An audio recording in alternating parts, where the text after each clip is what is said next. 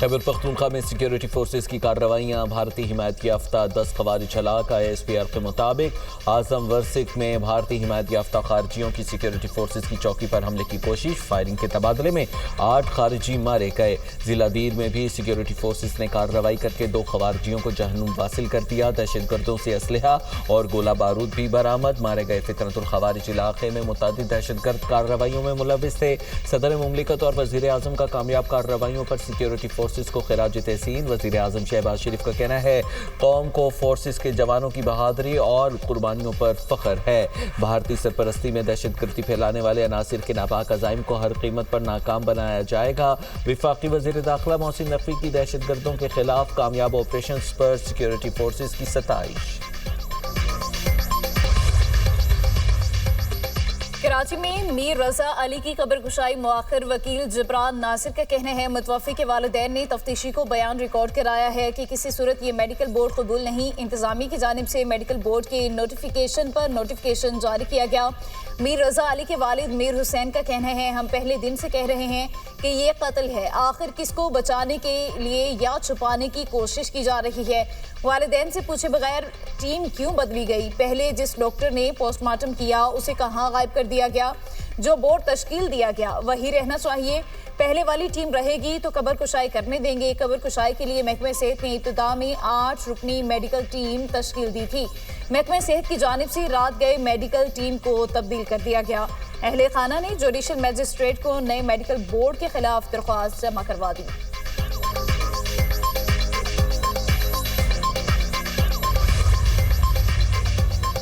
یقین ہے ایران کے ساتھ جاری جنگ جلد ختم ہو جائے گی۔ امریکی صدر ڈونلڈ ٹرمپ کی اوول آفس میں میڈیا ٹاک۔ کہا ایران زیادہ دیر جنگ جاری رکھنے کی پوزیشن میں نہیں۔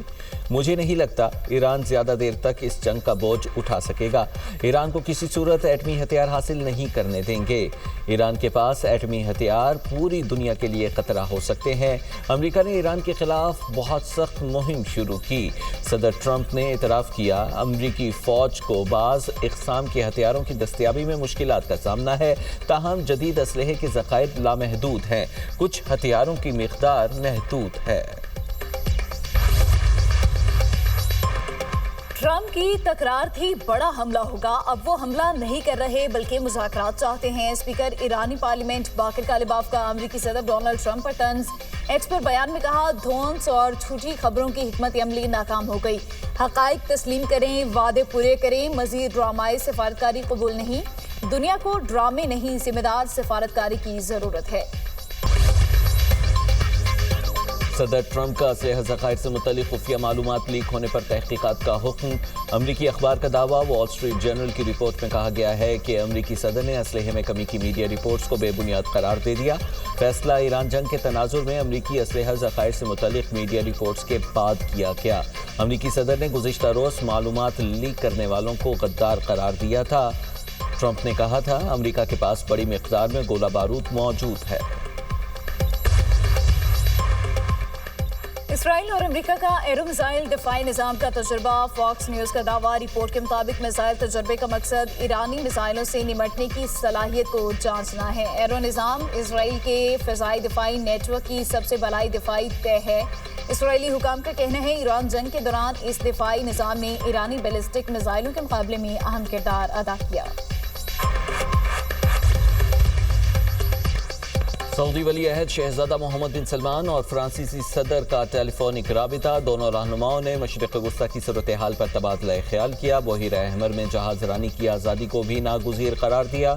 یمنی حوثیوں کے سعودی عرب پر حملے اور خطے پر ان کے اثرات بھی زیر بحث آئے۔ خطے میں استحکام اور سلامتی کے قیام کے لیے مشترکہ کوششوں کی ضرورت پر زور۔ حوثی تنظیم انصار اللہ کے یمنی فورسز پر حملے، مارب اور حضر الموت میں میزائل اور ڈرونز حملوں میں 45 افراد ہلاک ہو گئے۔ مارب میں ایمرجنسی فورسز کی چھاؤنی پر میزائل داغے گئے۔ حملوں میں ڈرون سمیت 20 سے زائد پروجیکٹائل استعمال کیے گئے۔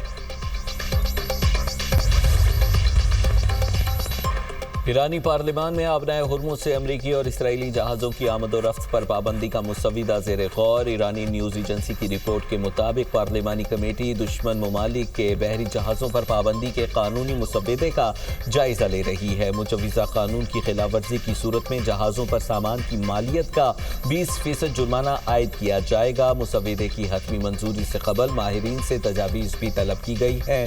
سفارشات موصول ہونے کے بعد مسودے کو حتمی شکل دی جائے گی۔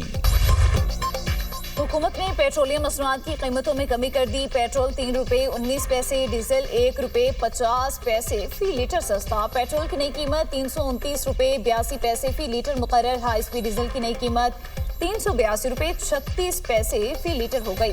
مٹی کا تیل 2 روپے 36 پیسے سستا، فی لیٹر قیمت 291 روپے 45 پیسے مقرر۔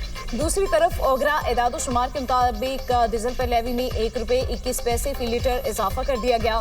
ڈیزل پر لیوی کی نئی شرح 73 روپے 47 پیسے فی لیٹر مقرر۔ پیٹرول پر لیوی 80 روپے فی لیٹر مقرر ہے۔ وفاقی وزیر داخلہ محسن نقوی اور وزیر مملکت طلال چودھری کا سیف سٹی ہیڈ کوارٹرز کا دورہ۔ وزیر داخلہ محسن نقوی کی زیر صدارت خصوصی اجلاس۔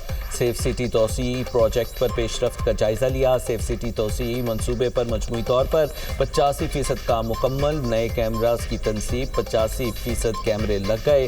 415 کلومیٹر آپٹیکل فائبر بچھا دی گئی۔ ڈیٹا سینٹر، سائبر آرکیٹیکچر اور سائبر سیکیورٹی پر بھی 80% کام مکمل۔ وزیر داخلہ محسن نقوی نے سیف سٹی توسیعی منصوبے کو 30 سپٹمبر تک مکمل کرنے کا ٹاسک دیا ہے، جبکہ سیف سٹی بل کو حتمی شکل دے کر جلد از جلد قومی اسمبلی میں پیش کرنے کی بھی ہدایات دی گئی۔ محسن نقوی کا کہنا ہے کہ ہمارا عزم اسلام آباد سیف سٹی کو عالمی معیار کا ادارہ بنانا ہے۔ وزیر اعلیٰ پنجاب کی مانسون کے بعد ہر شہر میں خستہ حال عمارتوں کے سروے کی ہدایت۔ مریم نواز نے پنجاب ڈیولپمنٹ پروگرام فیز 1 کی جلد تکمیل کا حکم دے دیا۔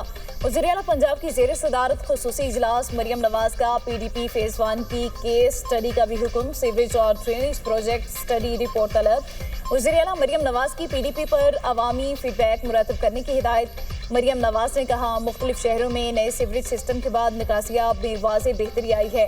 مانسون کے دوران ڈپٹی کمشنر، اسسٹنٹ کمشنر واسا اور ستھرا پنجاب نے عمدہ کارکردگی کا مظاہرہ کیا۔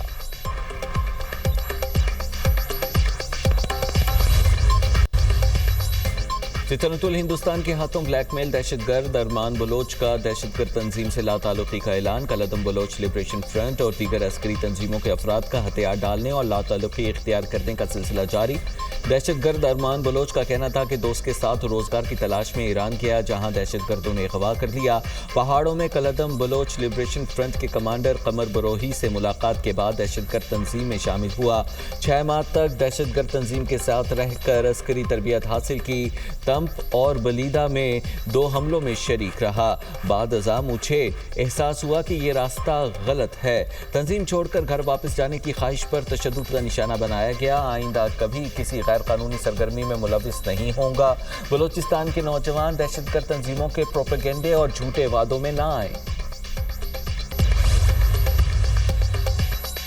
دیامر میں مونسون بارشوں سے شہر اور مصفات میں سیلابی صورتحال۔ جلات سے متصل علاقہ گینی کے مقام پر اونچے درجے کے سیلاب سے تباہی۔ سیلابی ریلوں اور لینڈ سلائیڈنگ سے شاہراہ قراقرم متاثر۔ متعدد مقامات ٹریفک کے لیے بند۔ بابوسر تھک میں شدید بارش اور فلیش فلڈ۔ ناران شاہراہ مختلف مقامات پر بند۔ گینی میں ہوٹل سمیت متعدد دکانیں۔ سیلابی ریلے کی نظر۔ دیامر میں مکانات، فصلوں اور رابطہ سڑکوں کو شدید نقصان۔ انتظامیہ کی شہریوں اور سیاحوں کو غیر ضروری سفر سے گریز کی ہدایت۔ لاہور کے ٹاؤن شپ تھانے میں زیر حراست جام بحق 2 خواتین کا 2 دن بعد پوسٹ مارٹم مکمل۔ میاں منشی اسپتال کے میڈیکل بورڈ نے دونوں خواتین کو پوسٹ مارٹم کیا۔ موت کی حتمی وجہ کا تعین کرنے کے لیے نمونہ جات فورینسک لیبارٹری بھیج دیے گئے۔ ابتدائی میڈیکل رپورٹ کے مطابق دونوں خواتین کی موت دل بند ہونے کی وجہ سے ہوئی۔